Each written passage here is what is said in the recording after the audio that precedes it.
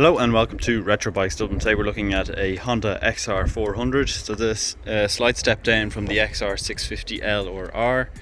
This is the XR400R version, so more orientated towards off-road use, but the bike is registered. It's currently on an English plate, but we do have the papers in with the VRT and it will be registered in the next week.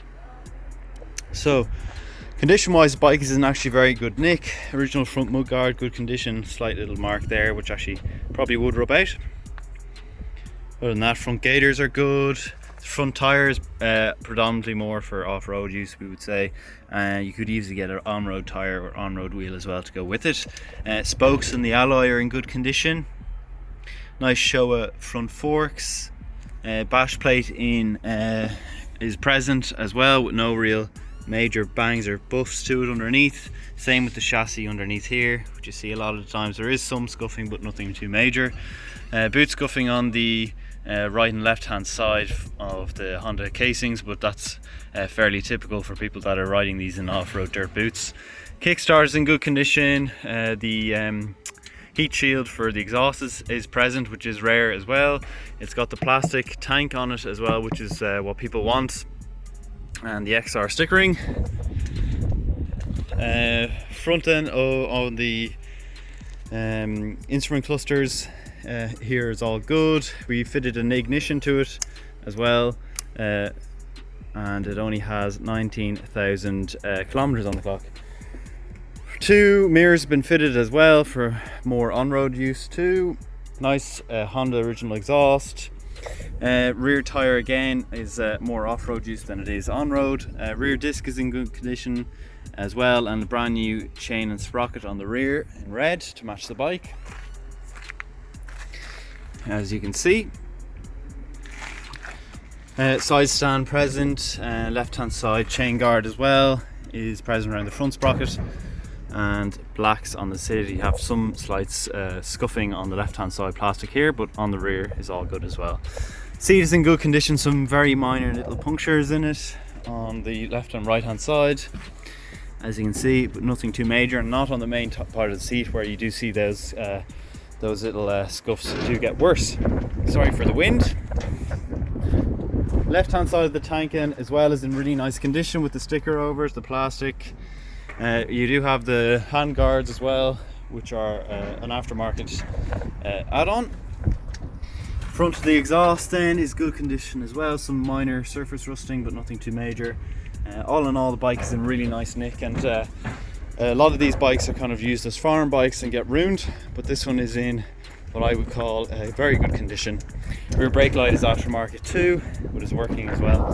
There is wiring to fit indicators front and rear if that's something you want to do as well, and that can be fitted too. But this is the bike as it is from us, so we'll move from the visual analysis onto the ride along video now.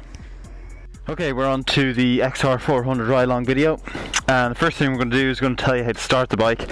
And the first thing to know with any of these bigger single bikes, any single bike with just kickstart, is that you're going to have to come to the fact that you're going to have to kick it. There is a knack to it, so if you do get the bike, after a while you will figure out the knack of how to kick it properly. I've tried my best to try and get it to, get the knack myself. I've only had 30 minutes with the bike, but riding wise. Well, the right hand side is where the kickstart is, and choke is underneath, so I'm going to turn on a bit of choke, which I actually have here. Turn on the ignition, place my mirror there, get up over. What I've found is there's a decompression lever here, this black one underneath the clutch. Let that one go down all the way, kick it all the way through down to the bottom, and then again, and try again. Now we'll try with the decompression one more time, and again with the decompression one more time.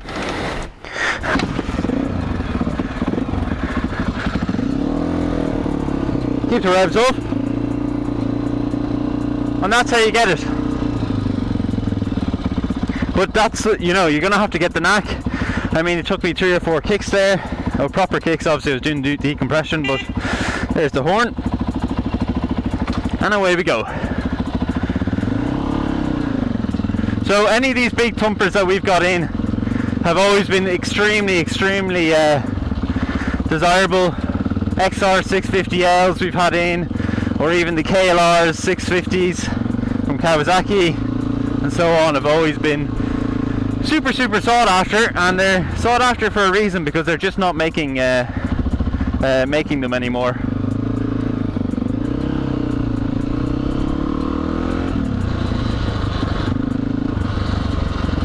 Come on, buddy.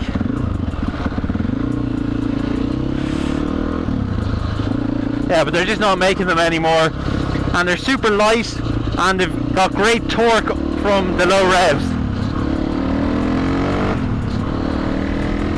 As you can see, probably need to put down that choke if I can find it. There we go. But maneuverability even with these road tyres feels fine. It's not following the road, which you get with a lot of really designated off-road tyres. I'm going to keep the revs up here and get our turn circle in. But if you're not careful with that throttle, you will start doing wheelies, even on the 400, the slightly tamer version to the 650, which actually I think is more attainable, because even with the 650 sometimes the power is a bit ridiculous for the street. You know, it's very difficult to, because there's so much of the torque low down. A lot of times on the 650 you find yourself doing wheelies you didn't know you were going to do, but this was a really nice little bike. And it's a great choice between, you know, if you want to get an off-road or a on-road. And as you see, everyone is stopping you. We had a builders just across the road from us, behind us on Retro Bikes Dublin, and they, oh, what's that, you know, want to know how much is that, what's that, you know, so you will get the eyes on you. So we'll just pull up here, put her into neutral, which is very easy to find. One thing I'll say when I get off the bike, I'm 188 centimeters, or 6'2", and I am on my tippy toes. So this is a very tall bike. I have long legs, but I am again still on my tippy toes. So if you are a smaller individual, you know, 5'7" or 5'6", you know, you will not be able to put your feet on the ground.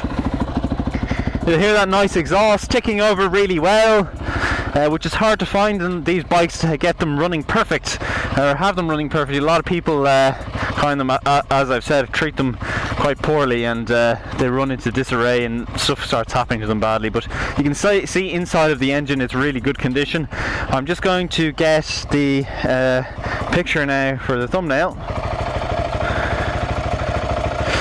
And any of the videos that we've done on the XR400s or anything like that have always been very popular, so I'm thinking the same again. But in all, here is all really clean.